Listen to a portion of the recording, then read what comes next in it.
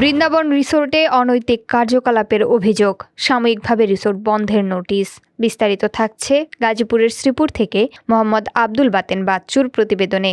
মালিক তেমন একটা আসে না, তখন এই ম্যানেজার ইচ্ছাকৃতভাবে এখানে এন্ট্রি করা ছাড়া বিভিন্ন কাপড় রেখে সেখানে জায়গা দেয়, রুমের মধ্যে ভাড়া দেয় এবং সেই জায়গাতে ভাড়া দেওয়ার পরে তাদের কোনো নাম সেগুলো সে প্রকাশ করে না। এবং যদি গ্রামবাসীরা কিছু বললে সে বলে বিভিন্ন হুমকি দামকি করে যে আমরা কি তোমাদের ইয়াবাবরি দিয়ে ধরে দিব, ধরে একটা ঝামেলা করবো, অথবা কি জানি বলে চুরি করছে, আমাদের এখান থেকে চুরি করছে, এরকম। গাজীপুরের শ্রীপুরে অবস্থিত বৃন্দাবন রিসর্টে অনৈতিক কার্যকলাপের অভিযোগ উঠেছে। এ সংক্রান্ত একটি ভিডিও সামাজিক যোগাযোগ মাধ্যমে ভাইরাল হওয়ার পর ব্যাপক সমালোচনার সৃষ্টি হয়েছে।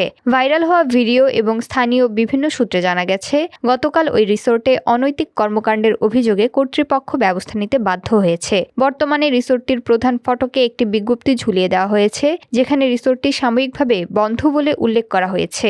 সামাজিক দায়বদ্ধতার জায়গা থেকে এ ধরনের কর্মকাণ্ড আমাদের পর্যটন শিল্পের জন্য হুমকি স্বরূপ। বিষয়টি সুষ্ঠু তদন্তের মাধ্যমে প্রকৃত সত্য উদ্ঘাটন এবং আইনানুগ ব্যবস্থা গ্রহণ করা প্রয়োজন। এলাকায় সুস্থ বিনোদন নিশ্চিত করতে প্রশাসনের কঠোর নজরদারি জরুরি।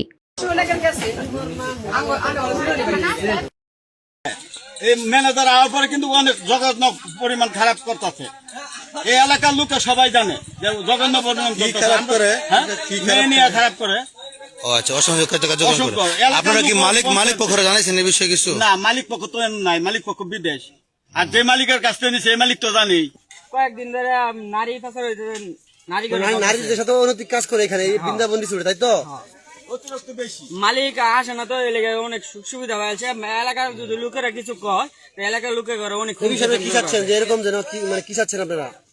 মানে এটা বদ্ধ করবার লাগে, মানে এলাকা নারী করে একটু নিরাপত্তা লাগে আমরা চাইতেছি।